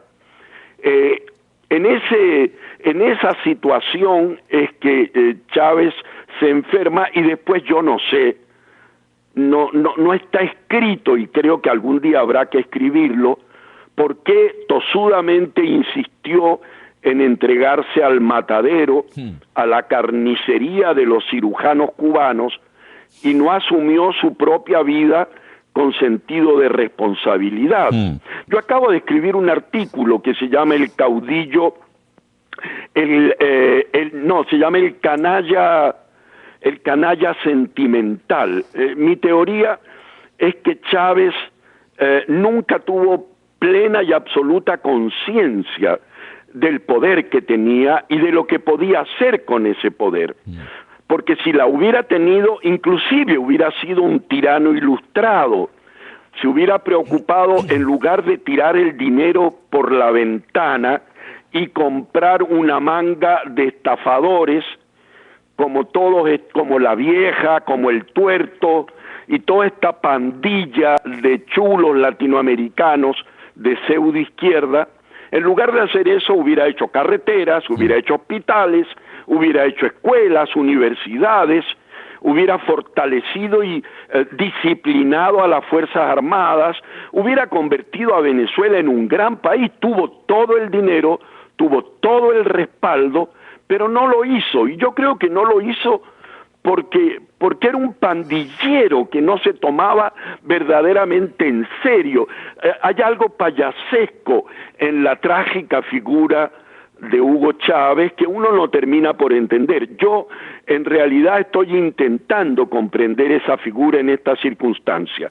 Hemos llegado, sin embargo, a un momento muy interesante porque la oposición más vinculada a los sectores populares y a las clases medias, que son el eje dinámico del desarrollo de un país, ha terminado por cambiar su comportamiento y de coquetear con la izquierda y de coquetear con el chavismo y de jugar a las misiones y a otras, perdona la expresión, estupideces, ha comprendido que el problema que está en juego en una situación en crisis de excepción es el poder, que debemos tomar el poder, y el poder se toma para hacer con él lo que corresponde, es decir, para enderezar las situaciones, para llamar a terreno a quienes están desbordando todo tipo de legitimidad, para poner en vereda a quienes pretenden asaltar el país y caerle a saco para robar todas sus riquezas y fundamentalmente para expulsar de Venezuela a esos invasores muertos de hambre que tienen que venir a Venezuela por la puerta trasera de el ¿cómo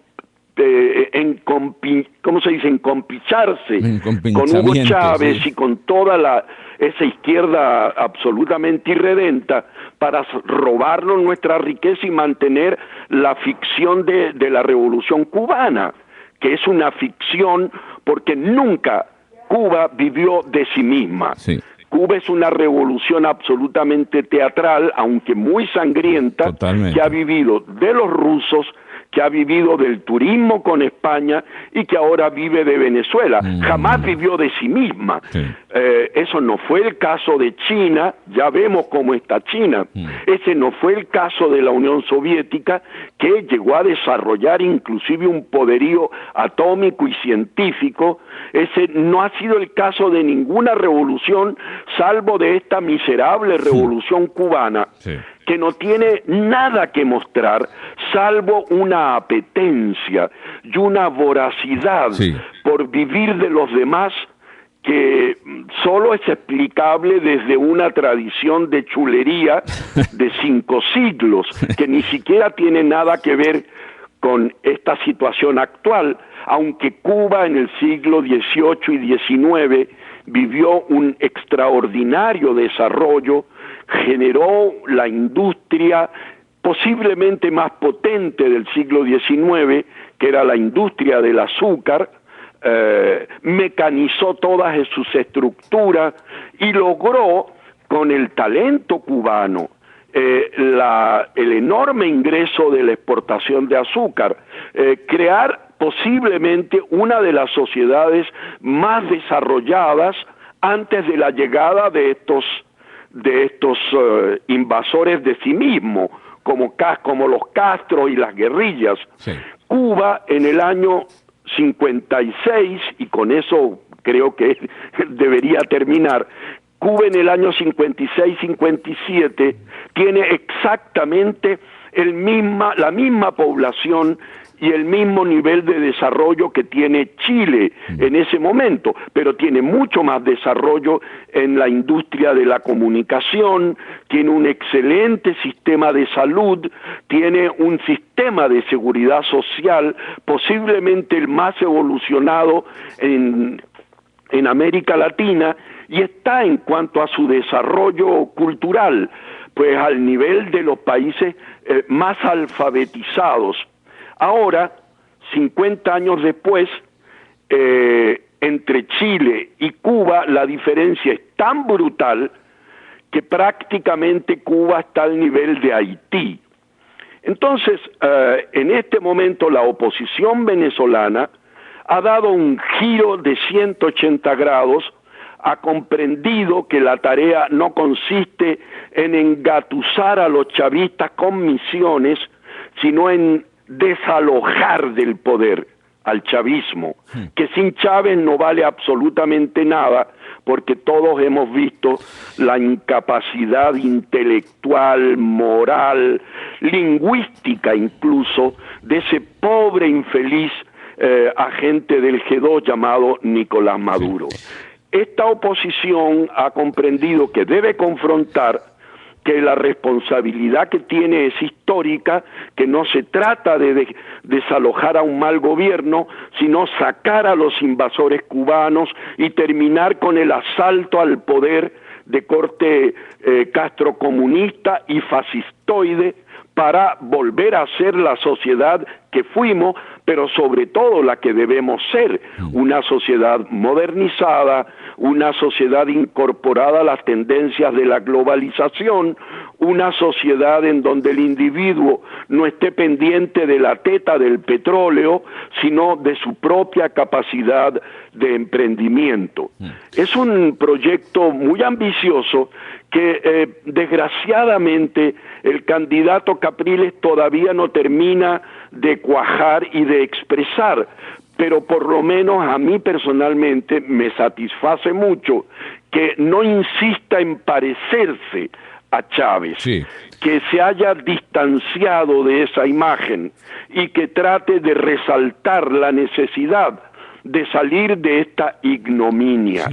Y con eso espero haberte, en fin, haberte a lo mejor avasallado un poco con demasiadas palabras. Es que le tengo 3 preguntas, profesor, y tengo una llamada que la tengo en espera. Voy a hacer entrar la llamada y luego le voy a plantear las 3 preguntas que yo creo que tienen bastante conexión. Y déjenme identificar, mis queridos amigos, estamos conversando, escuchando al profesor Antonio Sánchez García, que nos está dando una clase de qué se trata, por decirlo y por ponerle un título, ¿de qué se trata Venezuela en nuestra región? Es decir, ¿cómo estamos? ¿Dónde estamos ubicados en términos políticos? Déjeme hacer entrar esta llamada, profesor, y luego le voy a plantear, como le digo, 3 preguntas que yo creo que están más o menos conectadas. Buenas noches, adelante, estamos al aire, disculpe la espera.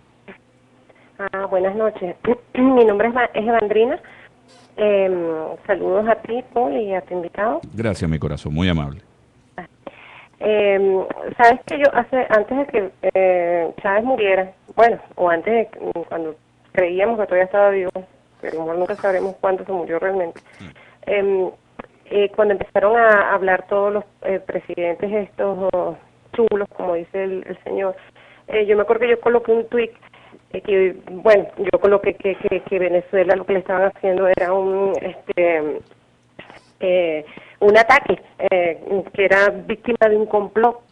Yo pienso que mucha gente se reiría. Yo no soy política, evidentemente, a lo mejor no me supe expresar, pero yo lo vi. Yo dije, bueno, okay, ¿qué es lo que es Venezuela? Venezuela es la puerta de entrada para el castrocomunismo en toda Latinoamérica. Lo que Cuba no pudo hacer durante tanto tiempo, lo que no pudo hacer con violencia cuando trató de invadirnos hace mucho tiempo, lo hizo como yo, burlándome de la palabra de Nicolás Maduro, decía, le inoculó el comunismo y el castrocomunismo a los venezolanos en su cabeza. ¿A través de quién? Bueno, primero le ensució la mente a Hugo Chávez, quizás a un, digo yo, no por defenderlo, un muchacho soñador con ideas sociales, X, todo este cuento del Che Guevara, de tanta gente enamorada del Che Guevara de la época, y logró entrar a Venezuela y logró entrar al área militar.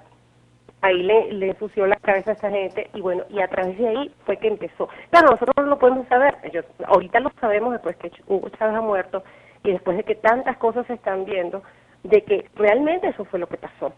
Y más todavía ahora cuando nos enteramos de que Nicolás Maduro pues vivió en Cuba. Evidentemente esto era algo planeado por Fidel Castro hace muchísimo tiempo. De alguna manera tenía que entrar y conseguir un líder que a través, y que entre comillas, en palabras democráticas, que fuera democrático, lograra llegar al pueblo y lavarle el cerebro. Porque si tú llegas de una vez a decirle a una persona que tú vas a ser comunista, y menos en un país como Venezuela, que tiene una historia democrática, tenía que comprarlo de alguna manera. Ahora, el problema ahora no es, porque bueno, Chávez, yo soy de la que pienso que también algún día saldremos de todo esto, pero el problema es lo que dejó incubado. ¿Cómo le lavó el cerebro tanto al pueblo, a la gente que no tenía ningún tipo de cultura política, que empezó a adorar a Chávez, a creerle cualquier cosa que dice, que mucha gente no acaba de entender que realmente es eso, o es el castrocomunismo o es la democracia.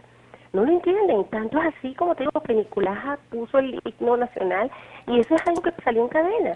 Pero oye, aquí la gente te cuenta, yo lo he visto, tú vas a un sitio y ves una bandera cubana, o sea, es el colmo del descaro tan de frente como lo están haciendo. ¿Por qué? Porque ya ese pueblo tan humilde, sobre todo a la parte violenta que manipulan, oye, no saben, no tienen idea, o no les importa, o no saben no sabríamos explicarlo. Esto yo creo que todavía ni siquiera los sociólogos tienen una idea de cómo explicar qué es lo que pasa. Pero la realidad de esto era lo que decía tu invitado. El profesor García, Sánchez García, sí. Sí, esto hay que pararlo como sea. ¿Por qué? Porque si no Venezuela, si Chávez no hubiera seguido vivo, no nos salvábamos. De verdad Venezuela iba a ser como Cuba. Porque iba a terminar destruyendo a toda la mente de las personas, y las pocas personas que nos hemos rastreado a quedarnos aquí en el país, hubieran tenido que irse. O termina como Cuba, que quedan 2 o 3 ahí tratando de sobrevivir, pero son muy pocos entre la cantidad de las personas. Sí, bueno, muchísimas gracias. Perdona. Sí, bueno, sé que tienes el invitado y necesitas que siga hablando. Sí, bueno, muchísimas gracias. Gracias por participar y gracias por acompañarnos y muchísima suerte este domingo. Necesitamos todos tener muchísima suerte. Profesor, agregado a esta propuesta que es evidentemente eso es lo que está ocurriendo y eso es lo que las personas que están en la calle caminando todos los días y tratando de llegar a sus casas vivos y con algo que llevar, están sintiendo. Ahora, yo le quiero hacer una pregunta que yo creo que engloba también esta propuesta de nuestra amiga. La República, ¿usted me podría hacer un diagnóstico de cómo se encuentra, de cuál es la situación en este momento de nuestra Venezuela como república, la República de Venezuela? Eso que creo que de alguna manera debe depender también. Usted en un momento de su explicación nos habla de las tendencias actuales de nuestra Venezuela. Usted me podría decir más bien si hay identificadas dentro de esas tendencias doctrinas, algún tipo de doctrinas políticas.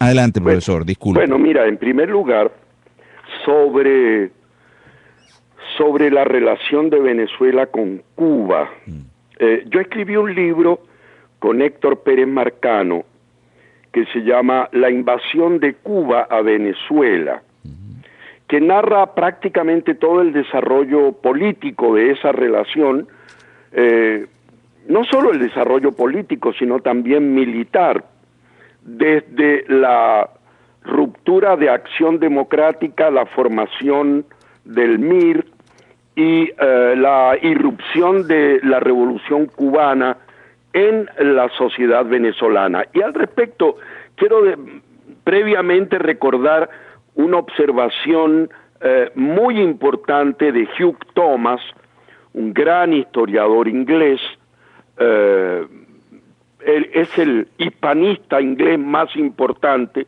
ha escrito libros extraordinarios, uno de ellos dedicado a Cuba, en 2 volúmenes, en donde él señalaba algo muy extraño, y era que para él Cuba y Venezuela viven la misma situación en momentos semejantes. Venezuela en manos de una dictadura militar desarrollista con Marcos Pérez Jiménez, una situación económica boyante, y Cuba una situación muy parecida con la dictadura militar de Fulgencio Batista. Para él era más fácil que en Venezuela triunfara una revolución socialista que en Cuba, porque Cuba había tenido mayores posibilidades de desarrollo democrático. En Cuba, a pesar de los pesares y la tardanza en independizarse de España, hubo muchísima mayor existencia de institucionalidad democrática que en Venezuela, que prácticamente despierta en 1935 al siglo XX, continúa durante 10 años en manos del gomecismo, vive un despertar desgraciadamente cívico-militar entre el 45 y el 48, para seguir con una dictadura de Pérez Jiménez hasta el 58. Entonces, para él era mucho más imaginable una revolución socialista en Venezuela que en Cuba. Y él se pregunta por qué sucede al revés, y da con una respuesta, yo no tengo otra, que tiene que ver con un problema que ha planteado en la historia los grandes pensadores como Plejánov, pero en fin, que es la función del hombre en la historia, el papel del líder. Y Fidel Castro fue determinante para que en Cuba se impusiera un régimen totalitario. Hubiera sido fascista si el fascismo hubiera triunfado en la Segunda Guerra, como lo dice, por cierto, Díaz Balart, su cuñado. Dice Fidel Castro es un fascista, pero como cayó Hitler va a tener que pegarse a la Unión Soviética, y anticipa la tiranía de Fidel cuando Fidel está preso en el año 55. En cambio, en Venezuela nos encontramos con una figura extraordinaria, que es la de Rómulo Betancourt, que es un demócrata a carta cabal y que representa un fenómeno que los cubanos no tienen, que es la generación del 28, que es una generación ilustrada de centro izquierda, que ha comenzado inclusive coqueteando con el bolchevismo, pero en el que hay grandísimas figuras como Mariano Piconsalas, como Miguel Enrique, como Miguel Otero Silva, como Gonzalo Barrio, en fin, Prieto Figueroa, una pléyade de grandes intelectuales que deciden el futuro de nuestro país. Pero en Cuba, Fidel Castro tiene conciencia, primero cree que aquí es posible hacer una alianza estratégica, porque muy inteligente como es, y un gran genio en la previsión de las circunstancias históricas, se da cuenta que el petróleo es una carta crucial para el futuro del mundo. Ya lo había visto Stalin, que defendió su petróleo hasta sus últimas consecuencias frente a los nazis, e impidió que se hicieran con los Urales y todas las zonas en donde ricas en petróleo. Pero Fidel Castro, y se lo dijo, por cierto, a Elizabeth Burgos, una venezolana casada con un importantísimo pensador francés, Regis Debray, se los dijo, creo que por el año 63, 64, denme el petróleo venezolano y conquistaré el mundo. De manera que Fidel tiene en mente el petróleo venezolano como la clave del dominio de la sociedad del siglo XX y del siglo XXI. Y viene a reunirse inmediatamente después de tomar el poder, viene a reunirse con Rómulo Betancourt. Y nunca se ha escrito a fondo el encuentro que tuvieron Rómulo y Fidel. Fidel es recibido en gloria y majestad por todo el mundo, porque nadie suponía en ese momento que era un comunista disfrazado.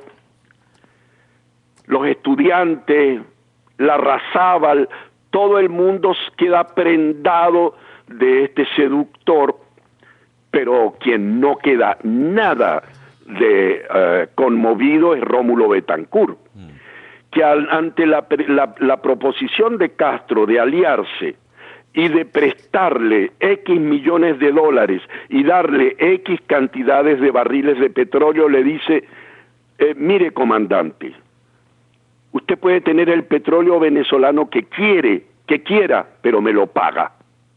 Y se acabó la discusión.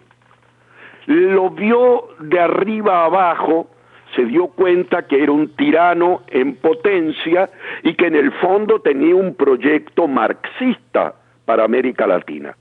Desde ese momento la lucha entre Fidel Castro y Rómulo Betancourt fue brutal. Y lo peor para Fidel Castro es que fue derrotado por Rómulo Betancourt y por Raúl Leoni, que lo sucede, en todos los planos. En el plano político, Fidel Castro juega a una gran abstención en las elecciones de 1963, a la salida de Rómulo Betancourt, y envía más de 1 tonelada de armas para que la ultraizquierda venezolana, la que hoy está gobernando, boicoteen las elecciones. Ya hay un 96% de participación electoral. Se da cuenta que realmente el pueblo está con la democracia. Y entonces se juega la otra carta, la carta armada. Invade por Falcón en julio del 66, y en mayo, el 8 de mayo del año siguiente, del 67, por Machurucuto, en el estado Miranda. Y la gente insiste mucho en el Che Guevara. El Che Guevara era un payaso que no tenía ninguna importancia estratégica. Se va a Bolivia, que es como ir a hacer la revolución no sé, al zoológico de la Universidad Central de Venezuela, donde no tenía posibilidades de absolutamente nada, y estaba condenado a desaparecer, y se va con 12 hombres. Pero es que Fidel manda a sus mejores hombres a Venezuela. En el grupo que va a Falcón en el 66 está nada más y nada menos que Arnaldo Ochoa Sánchez, el comandante de comandantes, el héroe de Ogadén, el hombre que se calcula ha manejado mejor los tanques inclusive que el Zorro del Desierto y que Guderian, un gran militar, el mejor militar que ha tenido el ejército revolucionario cubano. Por cierto, fusilado en 1988 porque comenzó a coquetear con la glasnost, la transparencia y un cambio del poder en Cuba. Lo fusilaron con el pretexto de que era un narcotraficante. En todo caso, no solo viene Arnaldo Ochoa Sánchez y 20 oficiales con Luben Petkov, que es el único venezolano que participa en esa expedición, sino que al año siguiente viene el viceministro de Defensa cubano, Ulises Rosales del Toro, viene Tomasevich, o sea, vienen los más importantes comandantes. Mientras tanto en Cuba estaba en Bolivia estaba el Che Guevara con 12 zarrapastrosos, incapaces de nada. En Venezuela hubo 2 invasiones que sí fueron verdaderamente importantes, y las 2 invasiones fueron repelidas y liquidadas, arrolladas por las Fuerzas Armadas Patrióticas venezolanas, que entonces eran Fuerzas Armadas Patrióticas, y se fueron con la cola entre las piernas. Arnaldo Ochoa Sánchez se fue sumido en diarrea, además, porque se encontraron con una selva de verdad. La Sierra Maestra era, y así me lo ha dicho Pérez Marcano, y me lo ha dicho Américo Martín, y me lo decía Moisés Moleiro, la Sierra Maestra cubana es como si fuese el Central Park de Nueva York, en comparación con meterse en el monte venezolano con culebras, con escorpiones, con serpientes venenosas, con tragavenado, con jaguares, o sea, y entonces salieron con la cola entre las piernas.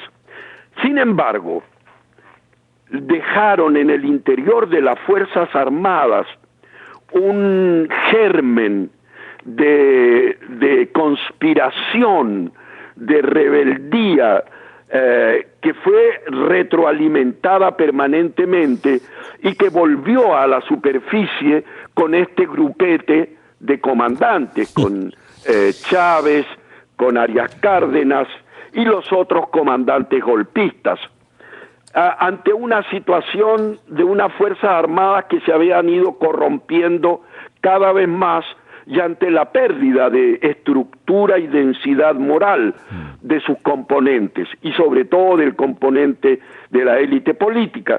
De manera que este proceso, ya Fidel Castro ha dado por perdido todo, viene inclusive a la transmisión de mando de Carlos Andrés Pérez, y yo he hablado largamente con Simón Alberto Consalvi, que acababa de dejar el Ministerio del Interior con Jaime Lucinchi. ¿Cómo era posible que Carlos Andrés Pérez invitara a un asesino, enemigo y lobo desesperado por tragarse a Venezuela a la transmisión de mando? Bueno, el país estaba tan loco, tan protogolpista, que 800 intelectuales, hoy casi todos de oposición, recibieron a Fidel Castro con ramos de flores. La gente se volvió loca por Fidel Castro, que hacía 30 años había tratado de apoderarse del país. Profesor García, disculpe que lo interrumpa. Nosotros desafortunadamente tenemos que conectarnos en este momento con Globovisión. Ya comenzó la rueda de prensa con el candidato Enrique Capriles Radonsky, pero quisiera preguntarle si será un atrevimiento pedirle si podemos volver a conectarnos mañana con usted. Pero con muchísimo gusto. Y retomamos el tema desde aquí para tratarlo en profundidad. Yo me imagino que usted también quiere escuchar la rueda de prensa con Enrique Capriles, y eso nos va a dar pie para continuar mañana, profesor, con un poco más de masa, con un poco más de levadura en esto. Cuenten conmigo mañana. Mañana a partir de las 9 de la noche, hora de Miami, lo estoy llamando nuevamente, profesor, y le agradezco muchísimo. Ok, vaya, gracias, un abrazo a ustedes. Hasta mañana, si Dios quiere. Mis queridos amigos, bueno, así están las cosas en este momento. Nosotros ya nos vamos a conectar con Globovisión. Déjenme ver cómo se hace eso. Espérenme un segundito, que aquí yo estoy medio perdido. Aquí sí les puedo decir que estoy medio perdido. Ok, ya pillé cómo se hace. Vamos, se le baja un poquito a esto. Un país lleno de problemas. Y vamos a escuchar a partir de este momento, mis amigos, la rueda de prensa con Enrique Capriles Radonsky. Ustedes la pueden seguir en video, también a través de la página web de Globovisión. Nosotros estaremos entregando el audio de esta conversación. Muy buenas noches, nos volvemos a encontrar mañana. Cuídense mucho. Bueno, cambió el discurso que notamos en esta corta campaña electoral, como dice Gladys. Vimos a un candidato un poco más frontal en el discurso, dirigiéndose con nombre a su oponente. ¿Cuál es el efecto inmediato que cree ha tenido eso frente a quienes le venían siguiendo, de quienes aspira usted a haber conquistado en esta campaña? Bueno, yo creo que frente a la mentira hay que ser frontal. Creo que la mentira hay que ponerle la verdad con toda la fuerza. Yo competí el año pasado y bueno, fue otro juego, otro liderazgo. creo que tenía en efecto frente a mí un líder con muchos años, digamos, en el gobierno, con personas que lo seguían, con personas que pues eran contrarias a su proyecto, pero un liderazgo, con cosas buenas, cosas malas, un liderazgo.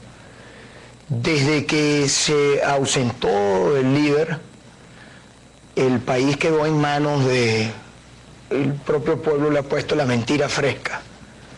Ha sido mentira tras mentira. Y yo creo que eso llega a un momento que revienta.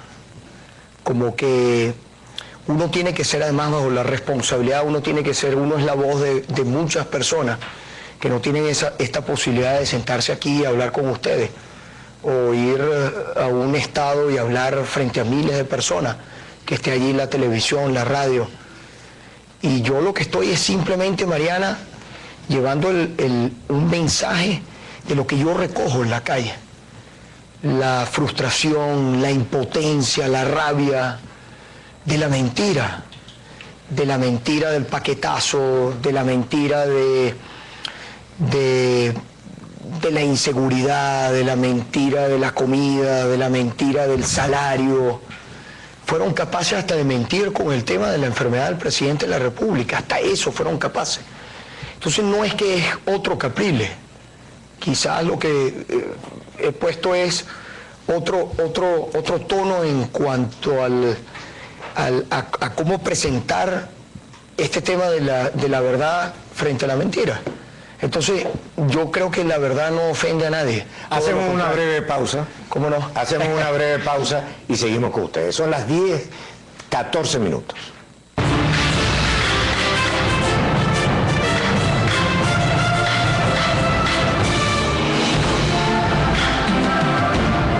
Problemas con la puerta automática del estacionamiento. Cuando hay un corte eléctrico es imposible entrar o salir. La puerta golpea al cerrar y se daña.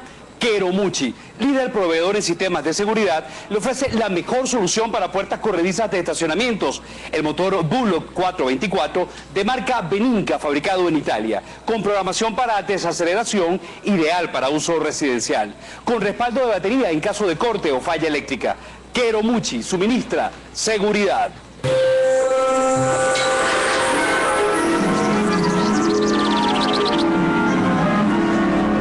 Si eres cliente BOD, solicita tu crédito personal para lo que necesites. Te prestamos hasta 300,000 bolívares con un máximo de 48 meses para pagar y con aprobación inmediata. ¡Wow! Amo mi nueva cocina, sin una mancha de grasa. Es que Mr. Músculo me ayuda a mantenerla como nueva. Mr. Músculo Cocina Acción Naranja está formulado para actuar sobre todas las superficies de tu cocina, eliminando 9 de las suciedades diarias difíciles, dejando un fresco aroma a limpio. Tu cocina está impecable. Mr. Músculo, la ciencia de la limpieza difícil.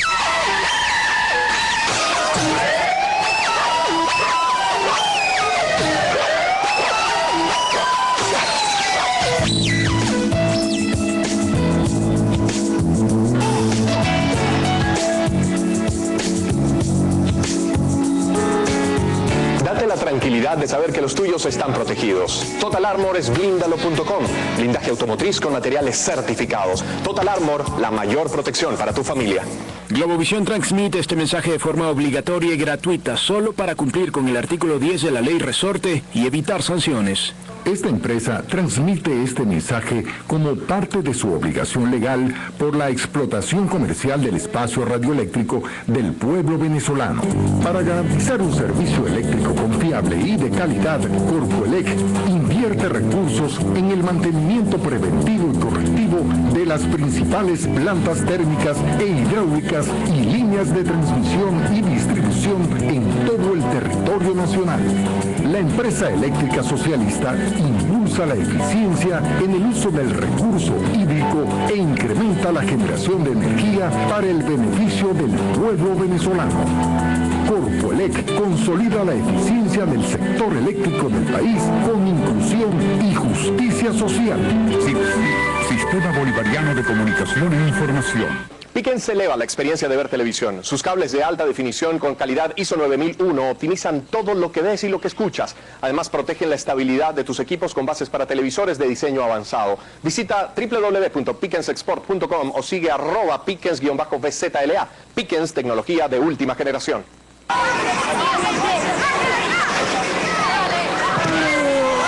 Una mala noche por los mosquitos puede arruinar su día. Asegúrate que duerman bien con Raid Pastillas, que crea una barrera protectora contra los mosquitos. Raid es eficaz. Protege a tu familia. Tercera cumbre del éxito.